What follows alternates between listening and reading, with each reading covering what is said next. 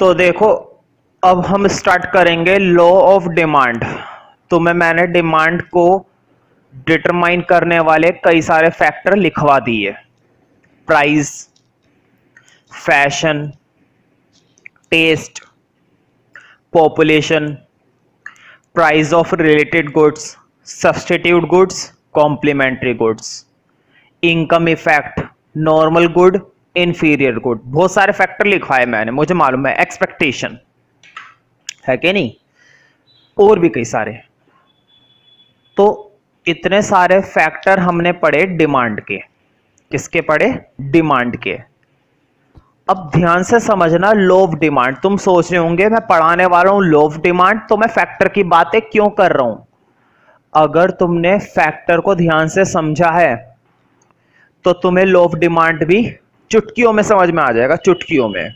क्योंकि law of demand उससे भी छोटा है, फैक्टर से भी ज्यादा छोटा टॉपिक कौन सा है? लॉ ऑफ डिमांड का। देखो, बहुत सारे फैक्टर थे ना, मुझे मालूम है कई सारे फैक्टर थे।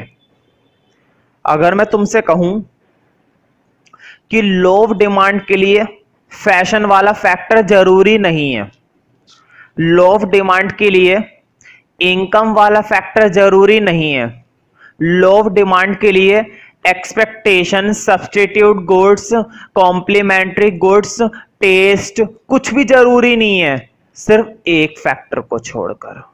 कौन सा फैक्टर? बोर्ड पे देखो, वो खास फैक्टर। मैंने एक फैक्टर नहीं बोला, बस सबसे important factor, that is price.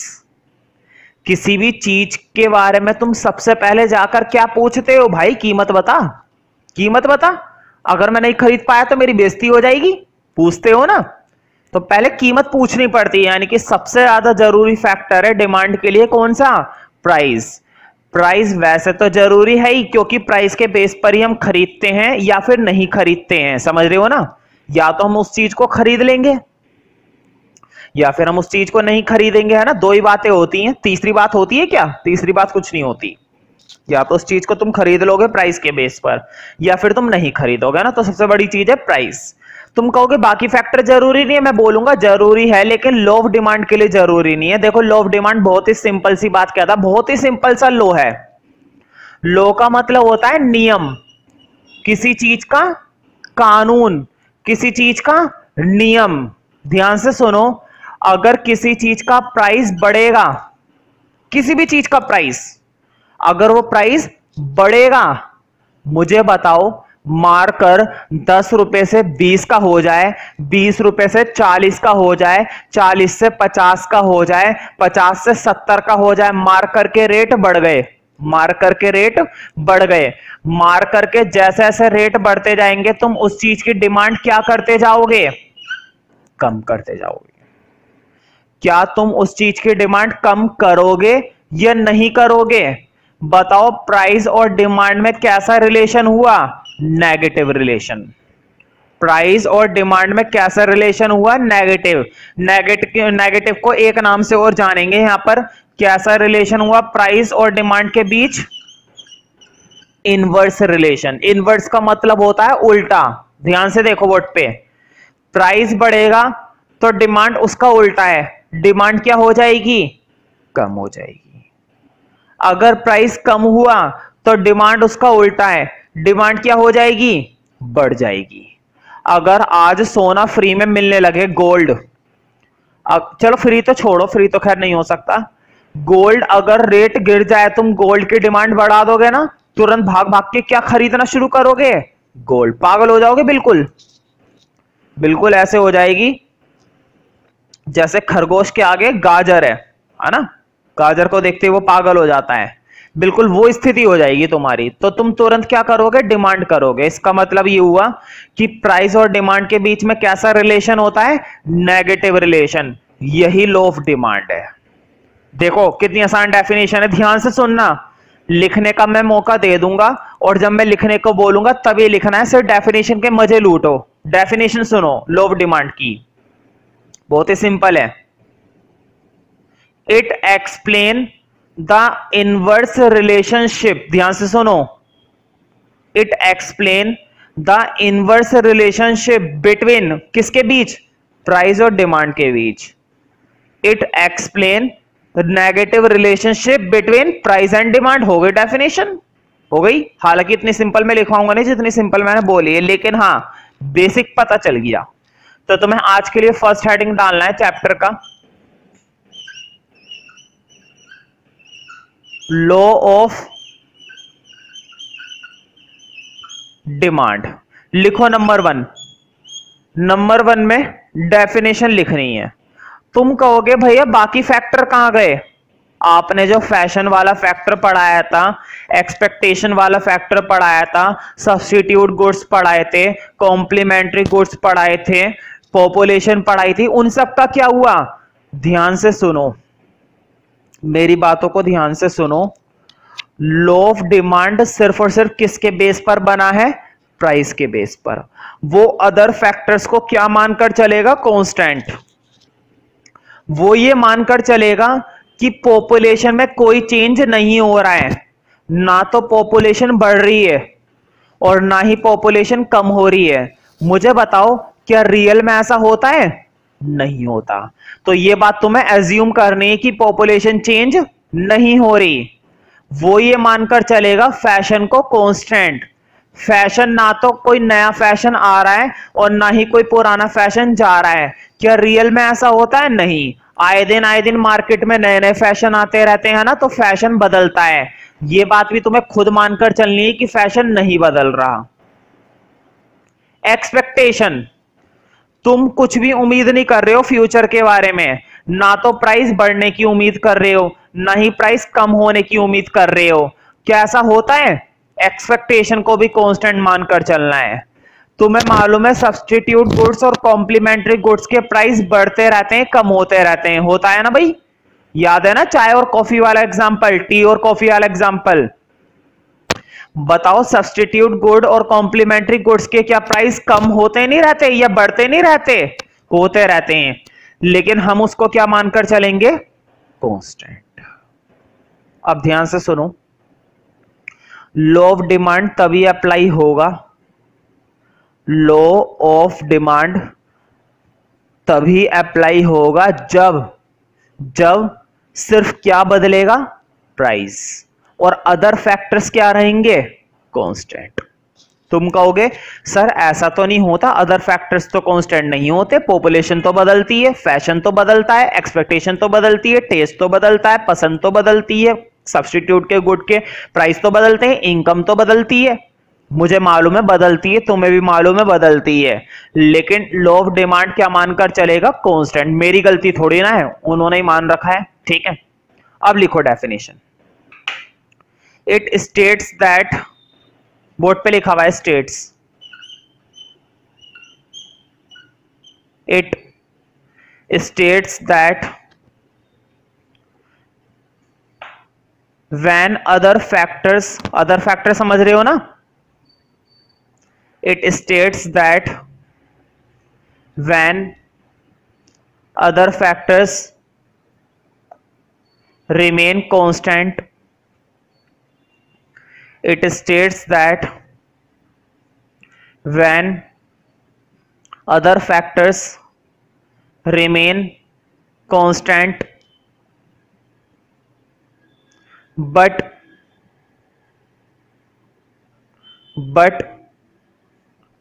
change in price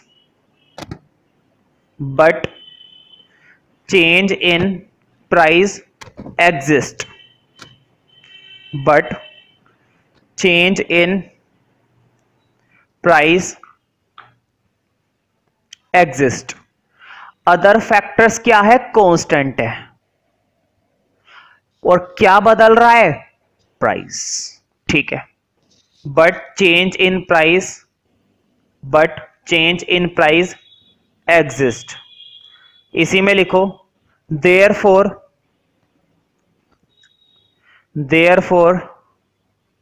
the inverse relationship between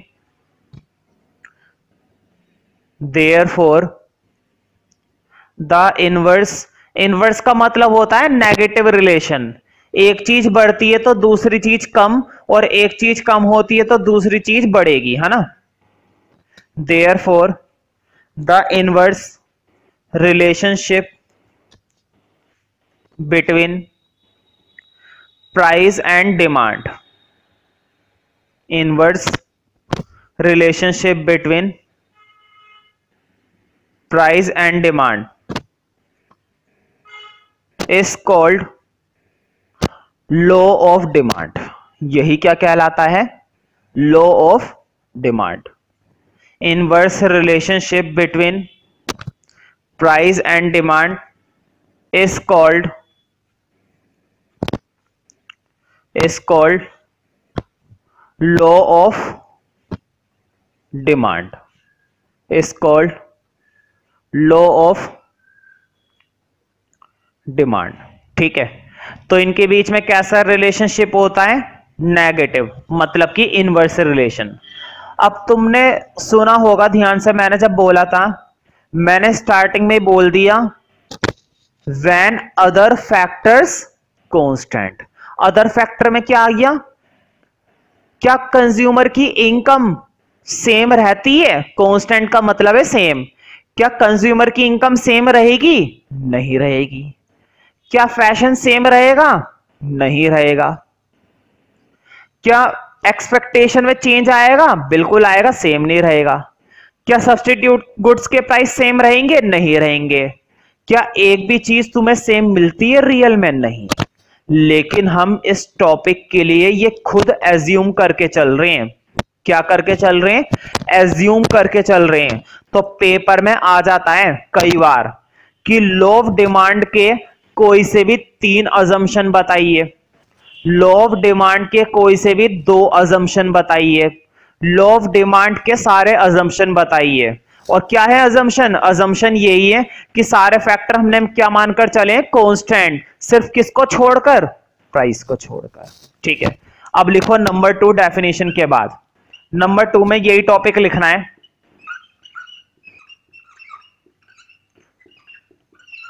assumption. और किस चीज के? वही अजम्पशन लिखो, assumption of law of demand. मैंने पूरा नहीं लिखा, बस मैंने लॉ लिखा है, तुम पूरा लिखना. Assumption of law of demand. Assumption का मतलब होता है हिंदी में मान्यता. मान्यता का मतलब है कि हमने क्या क्या माना है खुद से. मतलब मैंने नहीं माना, इस टॉपिक के अंदर ही मान रखा था. और क्या क्या माना है? तुमने सबसे पहले ये माना कि कंज्यूमर की इनकम नहीं बदलेगी, फैशन नहीं बदलेगा, एक्सपेक्टेशन नहीं बदलेगी, पॉपुलेशन नहीं बदलेगा, टेस्ट नहीं बदलेगा, सब्स्टिट्यूट गुड का प्राइस नहीं बदलेगा, कॉम्प्लीमेंट्री गुड का प्राइस नहीं बदलेगा. क्या रियल में होता है? नहीं होता, तभी तो माना है. अगर रियल में होता तो तुम्हें मानने की जरूरत ही क्या पड़ती है ना. इसलिए माना है क्योंकि रियल में नहीं होता. स्मॉल ए करके पहला अजम्पशन लिखो. लिखो स्मॉल ए में पहला अजम्पशन लिखो, बहुत ही छोटा और प्यारा अजम्पशन है. लिखो, there is no change in income. मतलब कि इनकम में कोई परिवर्तन नहीं होगा. क्या ऐसा होता है? नहीं. कभी कभी इनकम कम रहती है, कभी कभी ज्यादा होती है ना. There is no change in income. ठीक है, दूसरा अजम्पशन लिखो. मुझे बताओ टेस्ट. टेस्ट का मतलब होता है पसंद. क्या इंसान की पसंद हमेशा सेम रहती है? पसंद बदलती रहती है. पसंद उसकी बदलती रहती है. अगर उसे पहले ब्लैक कलर पसंद था, ब्लैक कलर के कपड़े पहनना पसंद था, जरूरी थोड़ी ना जिंदगी और ब्लैक ही पहनेगा, है ना. व्हाइट पहन सकता है, रेड पहन सकता है, कुछ भी पहन सकता है, भाई उसकी मर्जी है. हो सकता है मुंह पर ही पोत ले वो रंग. ठीक है, तो लिखो B point, test does not change. Test का मतलब है पसंद. यहां पर ये मत सोचना स्वाद. Taste does not change. Test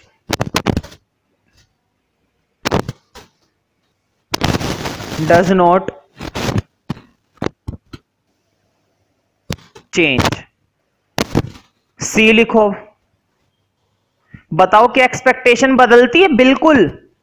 कभी कभी तुम ये उम्मीद करते हो ना, यार उसके रेट बढ़ जाएंगे, मैं आज ही खरीद लेता हूं, उसके रेट बढ़ जाएंगे, आज ही खरीद लेता हूं। कभी कभी तुम कहते हो रुक जा यार, अभी तो वो सस्ती होएगी, ये रुक जा, अभी देख तू कितने रेट गिरेंगे इसके। ऐसा होता है ना, मतलब तुम्हारी एक्सपेक्टेशन बदलती रहती है। कभी तुम ये उम्मीद करते हो कि फ्यूचर में प्राइस कम हो जाएगा, कभी तुम ये उम्मीद करते हो कि फ्यूचर में प्राइस बढ़ जाएगा, लेकिन हम क्या मानकर चल रहे हैं? हम मानकर चल रहे हैं कि एक्सपेक्टेशन नहीं बदलेगी। लिखो C point, expectation about future prices, expectation about future prices does not change. Expectation about future prices does not change, does not change। ठीक है, अगला फैक्टर लिखो, मतलब डी है ना, डी पॉइंट। पॉपुलेशन बदलती है, बिल्कुल। इंडिया की पॉपुलेशन बढ़ती चली जा रही है, मतलब बदल रही है, लेकिन हम क्या मानकर चल रहे हैं कि पॉपुलेशन में कोई चेंज नहीं है। लिखो डी, लिखो population does not change, population does not change।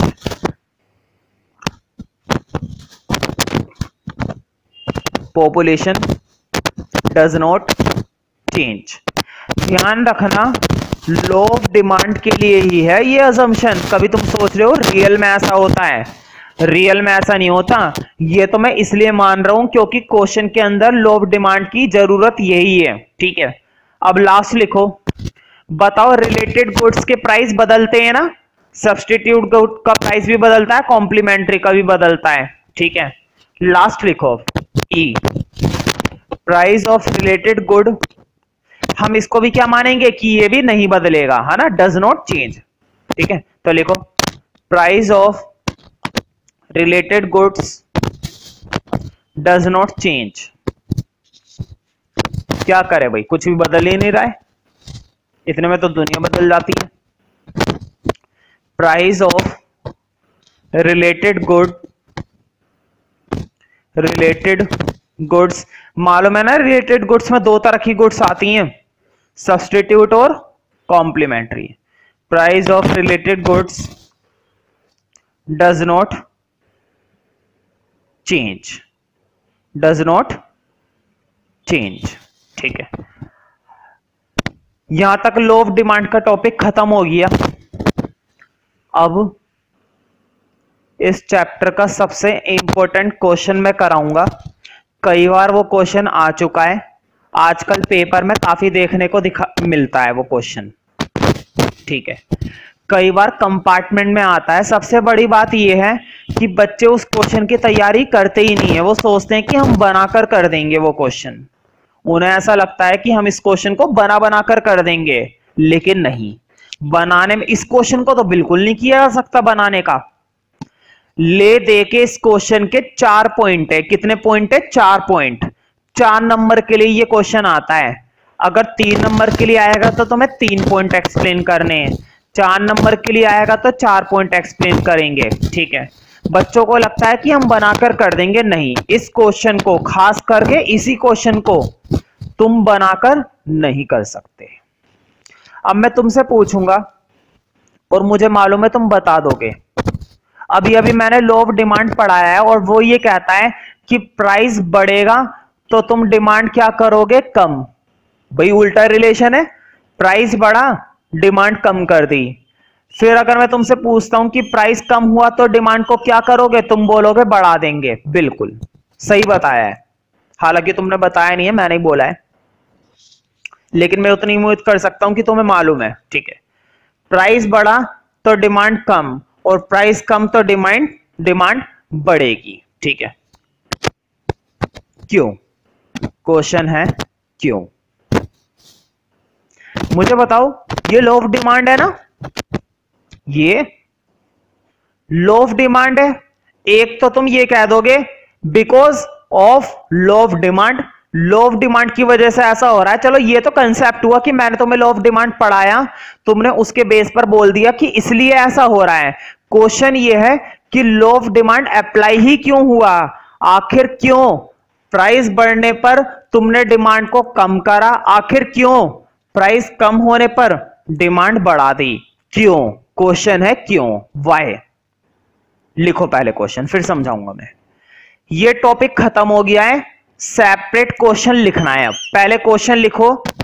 ये क्वेश्चन 3 फॉर्म में आ चुका है पेपर में, 3 फॉर्म में। मैं तुम्हें तीनों फॉर्म लिखवाऊंगा, ऑब्लिक करके लिखते जाना, ठीक है? पहली फॉर्म लिखो क्वेश्चन की। व्हेन प्राइस फॉल, फॉल का मतलब होता है गिरना, मतलब कि प्राइस कम होना। व्हेन प्राइस फॉल, मुझे बताओ जब प्राइस कम होता है ना? व्हेन, क्वेश्चन लिखवा रहा हूं मैं। When price fall, when price fall more goods are purchased. When price fall more goods are purchased, more goods are purchased, more goods are purchased। Full stop लगा दो। फुल स्टॉप के बाद लिखो why, question mark. When price fall more good is purchased, full stop, और उसके बाद लगा दो why, और why के बाद लगाओ क्वेश्चन मार्क।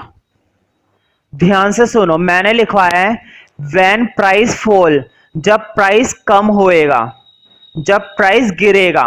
समझ में आई बात? more goods are purchased, हम ज्यादा गुड्स खरीदेंगे। पहले तो मुझे बताओ क्या ये बात सही है? प्राइस गिरता है, तुम ज्यादा खरीदते हो। भाई ऐसी तो होता है, देखो इधर, प्राइस गिरता है, तुम ज्यादा डिमांड करते हो। सही है ना बात? क्वेश्चन है क्यों, वही वाली बात हो गई जो बात मैं समझा रहा था ना, कि क्यों, आखिर ऐसा क्यों हो रहा है। आंसर भी लिखाऊंगा, ज्यादा अपना दिमाग मत दौड़ाओ, वैसे तुम्हारे पास कम दिमाग है, और जो थोड़ा बहुत है वो भी लगा दोगे तो फिर बचेगा क्या, ठीक है? ऑब्लिक करके दूसरी फॉर्म लिखो इसी क्वेश्चन की, ऑब्लिक करके दूसरी फॉर्म लिखो। लिखने से पहले मेरी बात को ध्यान से सुनना। मुझे बताओ, फर्स्ट फॉर्म मैंने ये लिखवाई है, when price fall more good are purchased, जब प्राइस गिरता है तो तुम ज्यादा खरीदते हो। ये लॉ ऑफ डिमांड है ना, प्राइस का गिरना, डिमांड का बढ़ना, प्राइस का बढ़ना, डिमांड का गिरना, यही तो लॉ ऑफ डिमांड है। अगला क्वेश्चन यही है, अगली फॉर्म लिखो क्वेश्चन की। why law of demand is applied, why, WHY, why law of demand is, law of demand is applied, law of demand is, law of demand is applied, question mark. Question ये है कि law of demand क्यों लगता है, क्यों apply होता है, आखिर क्या रीजन है, आखिर क्या रीजन है, ठीक है? मुझे बताओ, प्राइस और डिमांड के बीच में कैसा रिलेशन है? नेगेटिव रिलेशन है ना। और ये बात तुम्हें याद हो जानी चाहिए अब तक कि जब भी दो चीजों के बीच में कैसा रिलेशन होता है, नेगेटिव। याद है हमने पीपीसी वाले चैप्टर में भी यही पढ़ा था, नेगेटिव रिलेशन। पीपीसी नीचे की तरफ आ रहा था, डाउनवर्ड, याद है? इंडिफरेंस कर्व वाले चैप्टर में भी हमने ये पढ़ा, दो गुड्स के बीच में कैसा रिलेशन था, नेगेटिव। उसमें भी इंडिफरेंस कर्व कहां पर आ रहा था, नीचे की तरफ, डाउनवर्ड। अब डिमांड कर्व की बात करते हैं।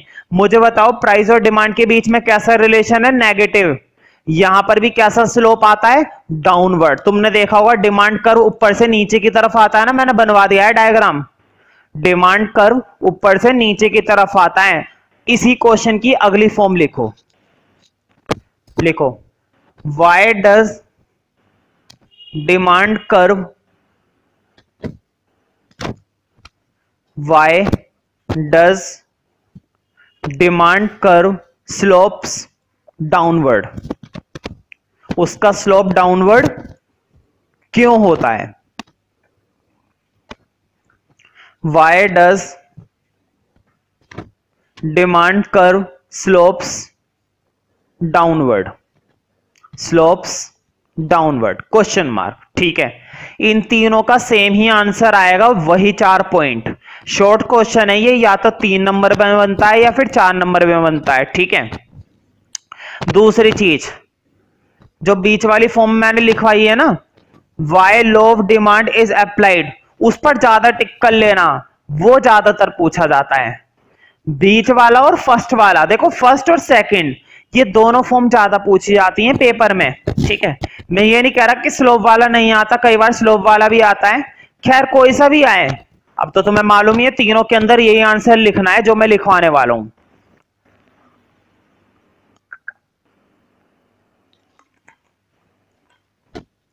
जो मैं पढ़ाऊंगा तुम्हें वही आंसर लिखना है। तो देखते हैं अब आखिर क्या है इसका आंसर, है ना। तो मैं समझाने के लिए पहले इतनी सारी चीजों को रब कर देता हूं।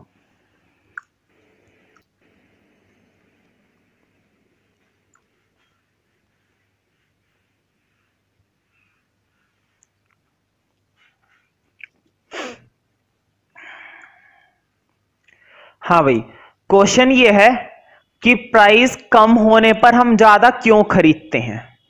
देखो मैं एक क्वेश्चन से करवा देता हूं सारा, है ना। मैं बार बार तीनों क्वेश्चनों को ना पढ़ू ना, तीनों क्वेश्चन तुम्हें समझ में तो आ गए होंगे। फर्स्ट क्वेश्चन ये कह रहा है प्राइस के गिरने पर ज्यादा डिमांड करते हो। दूसरा क्वेश्चन कह रहा है लॉ ऑफ डिमांड क्यों अप्लाई होता है, यही तो लॉ ऑफ डिमांड है। और तीसरा कह रहा है उसका स्लोप डाउनवर्ड क्यों है ना। बाकी के दो क्वेश्चन को मैं बार बार नहीं पढ़ूंगा, मैं फर्स्ट क्वेश्चन के बेस पर काम करवा देता हूं। देखो ध्यान से, प्राइस कम होने पर ज्यादा क्यों खरीदते हैं, आखिर वो क्या वजह है।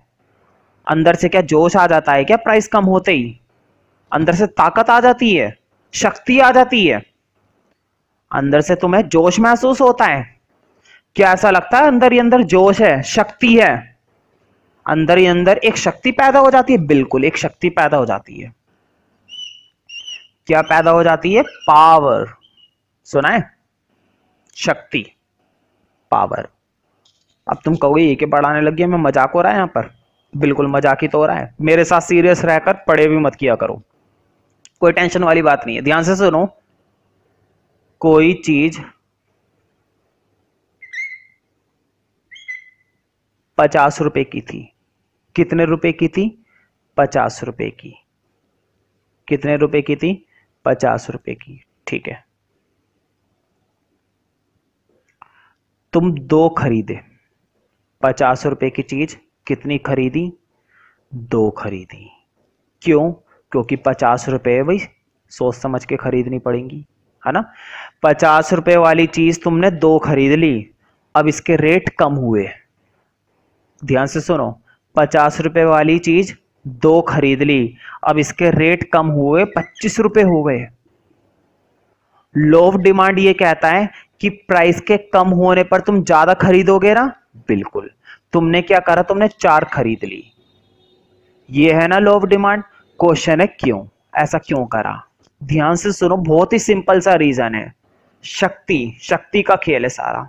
हालांकि दूसरी शक्ति है, लेकिन देखो जरा, पहले 50 रुपए वाली चीज तुम सिर्फ 2 खरीद पा रहे थे। क्यों? क्योंकि उसकी कीमत 50 रुपए थी। उसकी कीमत कितनी थी? 50 रुपए थी। अब वो चीज सस्ती हो गई। जब किसी चीज के रेट कम हो जाते हैं ना, ध्यान से सुनो, बहुत ही इंपॉर्टेंट बात है, जब किसी भी चीज के रेट कम हो जाते हैं तो रेट कम होने से तुम्हारी एक पावर बढ़ जाती है, और वो कौन सी पावर है? Purchasing power. इसको हिंदी में कहते हैं खरीदने की शक्ति, क्रय शक्ति। ध्यान से सुनो, 50 रुपए वाली चीज 2 खरीद पा रहे थे, 100 रुपए खर्च हो गए तुम्हारे, है ना। ध्यान से सुनो, 50 रुपए वाली चीज 2 खरीदी, 100 रुपए खर्च हो गए। अब वही चीज कितने में मिल रही है? 25 रुपए में। वही चीज कितने में मिल रही है? 25 रुपए में। अब तो तुम ज्यादा खरीद सकते हो, क्यों? क्योंकि तुम्हारी खरीदने की शक्ति बढ़ गई है। अगर वो चीज फ्री में मिलने लग जाए, मतलब कि अगर 50 रुपए से उसकी कीमत कितनी हो जाए, 0, तो तुम खूब डिमांड करोगे ना, जरूरत से ज्यादा डिमांड करोगे, जरूरत से ज्यादा डिमांड की जाएगी उस स्थिति में। अगर तुम ध्यान से देखोगे तो जरूरत से ज्यादा डिमांड करोगे ना, क्यों? क्योंकि तुम्हारी क्या बढ़ गई है, परचेजिंग पावर। तो पहला रीजन यही है कि किसी भी चीज का अगर रेट कम होते हैं तो रेट कम होने से तुम्हारी क्या बढ़ जाती है भाई, परचेजिंग पावर। रेट कम होने से तुम्हारी खरीदने की शक्ति बढ़ जाती है। पहले वो चीज 50 की थी, तुम 2 ही खरीद पाते थे, लेकिन अब वो चीज 25 की हो गई, अब वो चीज तुम 4 खरीद पाओगे, है कि नहीं? एक एग्जांपल देता हूं, 1500 रुपए का एक सब्जेक्ट है इकोनॉमिक्स। खुशी के लिए मान लो, मेरी खुशी के लिए मान लो, क्या जा रहा है, तुम क्यों घबरा रहे हो?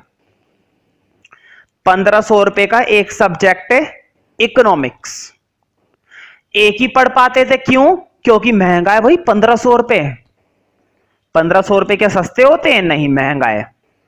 अब मैंने क्या करा, मैंने एक सब्जेक्ट 500 रुपए का कर दिया। अब मुझे बताओ, पहले तुम 1500 में एक ही पढ़ पाते थे, अब 500 रुपए का एक सब्जेक्ट हो गया, अब 1500 में कितने पढ़ पाओगे? 3। क्यों? क्योंकि तुम्हारी परचेसिंग पावर, तुम्हारी खरीदने की शक्ति बढ़ गई। मेरा ट्यूशन सस्ता हो गया तो तुमने और सब्जेक्ट भी लगवा लिए। पहले तुम एक सब्जेक्ट पढ़ते थे क्योंकि महंगा था, अब तुम 3 पढ़ने लगे क्योंकि क्या हो गया है, सस्ता हो गया है। तो चीजें सस्ती होने से हमारी खरीदने की शक्ति, मतलब कि हमारी परचेजिंग पावर बढ़ जाती है। तो खरीदने की शक्ति हमारी बढ़ जाती है, इसलिए हम ज्यादा खरीदते हैं। ठीक है, तो अब आंसर लिखना, और आंसर में लिखो फर्स्ट पॉइंट। मैंने बताया था 4 पॉइंट एक्सप्लेन करवाऊंगा इस टॉपिक के लिए। पहला पॉइंट यही है, परचेजिंग पावर, है ना। अब लिखो परचेजिंग पावर के अंदर, मतलब कि परचेजिंग पावर को एक्सप्लेन करेंगे। परचेजिंग पावर को क्या करेंगे भाई, एक्सप्लेन करेंगे। और क्या करेंगे, तो लिखो, when price of goods, when price of goods decreases, when price of goods decreases, then purchasing power of consumer, when price of goods decreases, then purchasing power of consumer। मुझे बताओ, प्राइस डिक्रीज हो गए तो purchasing power बढ़ेगी, है ना। सस्ती होने पर तुम्हारी खरीदने की शक्ति बढ़ जाती है। When price of goods decreases, then purchasing power of consumer increases, then purchasing power of consumer increases, purchasing power of consumer increases। और जब तुम्हारी खरीदने की शक्ति बढ़ गई तो तुम ज्यादा खरीदोगे, है कि नहीं? तुम ज्यादा खरीदोगे, ठीक है। increases लिखो, hence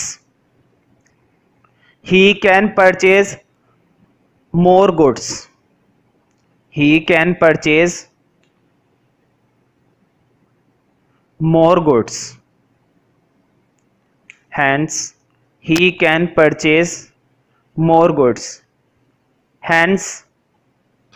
और इसी वजह से क्या अप्लाई हो जाता है, लॉ ऑफ डिमांड। इसी वजह से कौन सा लॉ अप्लाई हो जाता है, लॉ ऑफ डिमांड। लिख लो, hence he can purchase more goods। लिखो, therefore law of demand is applied,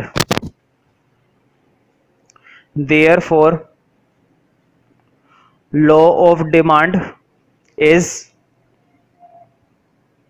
applied, law of demand is applied। ठीक है, law of demand is applied। हाँ, इसी का ही अपोजिट केस लिखना है। ये तो प्राइस डिक्रीज वाला लिखवाया था ना, अब प्राइस इंक्रीज वाला लिखवाऊंगा। ठीक है, या चलो उसको रहने दो, एक तरफ से तो समझ में आई गया है तुम्हें, है ना। अगला फैक्ट, अगला रीजन देखते हैं सीधा, है ना। नेक्स्ट पॉइंट देखते हैं। मतलब मुझे बताओ, अगर मैं बात करता हूं मिल्क की, दूध पिया है कभी? दूध तो पिया होगा, ऐसी बात नहीं है। बताओ दूध का क्या एक चीज में इस्तेमाल किया जा सकता है? नहीं। दूध से बनाया जा सकता है दही, है कि नहीं। दूध से बनाई जा सकती है छाछ, मालूम होगा छाछ क्या होती है। दूध से बनाया जा सकता है मक्खन, है कि नहीं। दूध से बनाई जा सकती है क्रीम, दूध से बनाया जा सकता है पनीर, दूध में से निकाला जा सकता है घी। कितने यूजेस लिखवा दिए? 1 2 3 4 5 6। ध्यान से सुनना मेरी बात को, सबसे इंपॉर्टेंट बात बता रहा हूं। दूसरा पॉइंट बहुत कम बच्चों को समझ में आता है, बहुत कम, लेकिन अगर ध्यान से समझोगे तो तुम इस पॉइंट के ज्ञानी हो जाओगे। क्या हो जाओगे? ज्ञानी। ध्यान से सुनो, अगर तुम्हें यह पता चल जाए कि मिल्क सस्ता हो गया है, मतलब कि मिल्क के रेट कम हो गए। ध्यान से सुनना, मिल्क क्या हो गया है? सस्ता हो गया है। यह बात तो कंफर्म है कि तुम डिमांड करोगे, डिमांड बढ़ा दोगे ना। एक रीजन तो यह है डिमांड बढ़ाने का, क्योंकि प्राइस क्या हो गए थे? कम। एक रीजन और है, एक रीजन और है। क्यों? क्योंकि मिल्क का इस्तेमाल इतनी सारी चीजों में किया जा सकता है, इसलिए तुम इसकी डिमांड और ज्यादा बढ़ाओगे। क्यों? क्योंकि तुम ये बोलोगे खरीद लो फटाफट दूध मार्केट में से, दही बना लेंगे। खरीद लो मार्केट में से दूध, फटाफट मक्खन बना लेंगे। खरीद लो फटाफट घी बना लेंगे, है कि नहीं। पनीर बना लेंगे, मलाई निकाल लेंगे, बहुत सारी चीजें बनाई जा सकती है ना।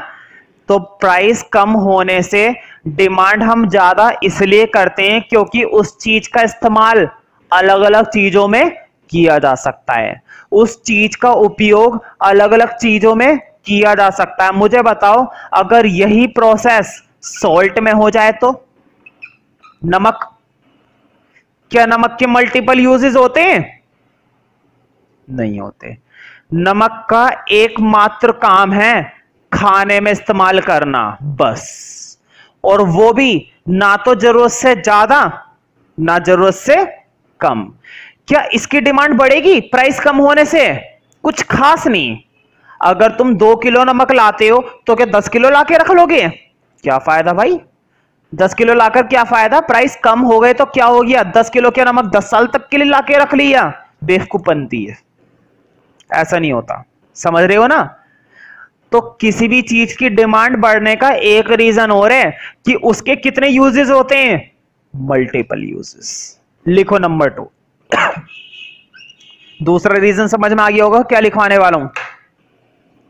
दूसरा रीजन क्या लिखवाने वाला हूं, लिखो।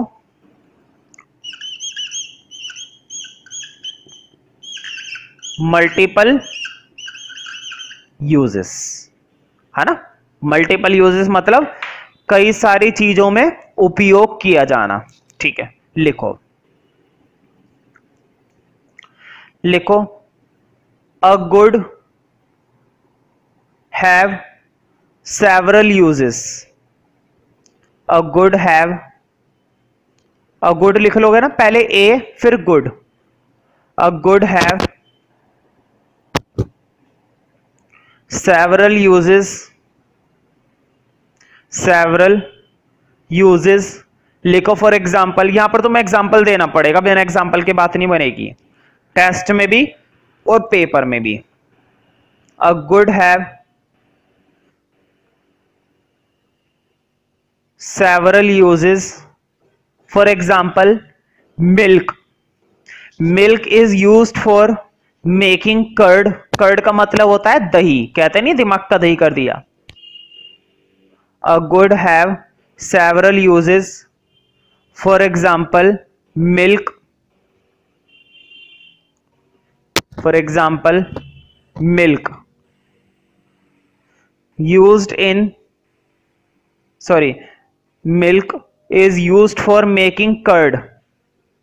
For example milk is used for making curd. Curd का मतलब CURD, कर्ड, मेकिंग कर्ड। ठीक है, कॉमा चीज, चीज भी तो बनाया जा सकता है उससे, है ना, कर्ड कॉमा चीज कॉमा बटर, बटर भी तो बनाया जा सकता है भाई, मक्खन, butter comma ghee,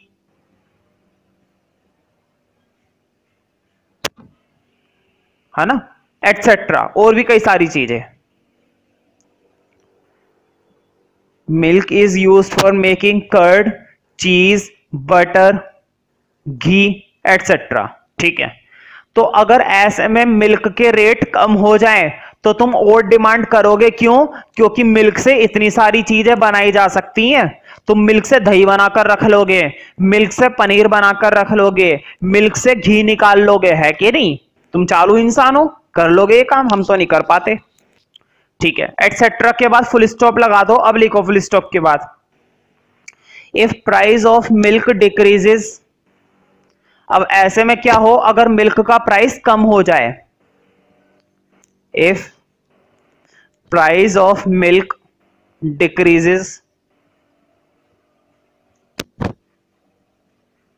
price of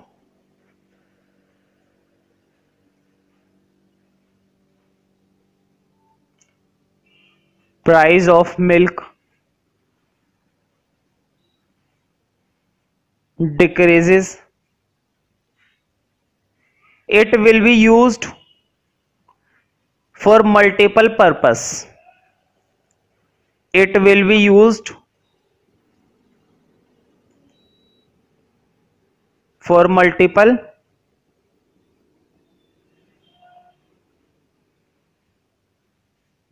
purpose, it will be used for multiple purpose, है ना, अलग अलग कामों में फिर इसका इस्तेमाल किया जाएगा, multiple purpose.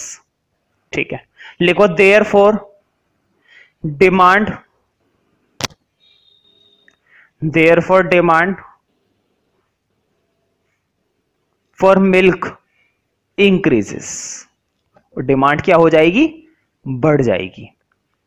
Therefore demand for milk increases, demand for milk increases, और लॉ ऑफ डिमांड फिर से क्या हो जाएगा? अप्लाई हो जाएगा। लिखो hence law of demand is applied, hence law of demand is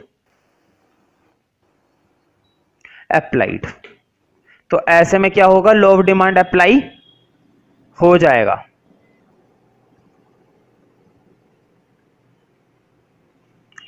law of demand is applied.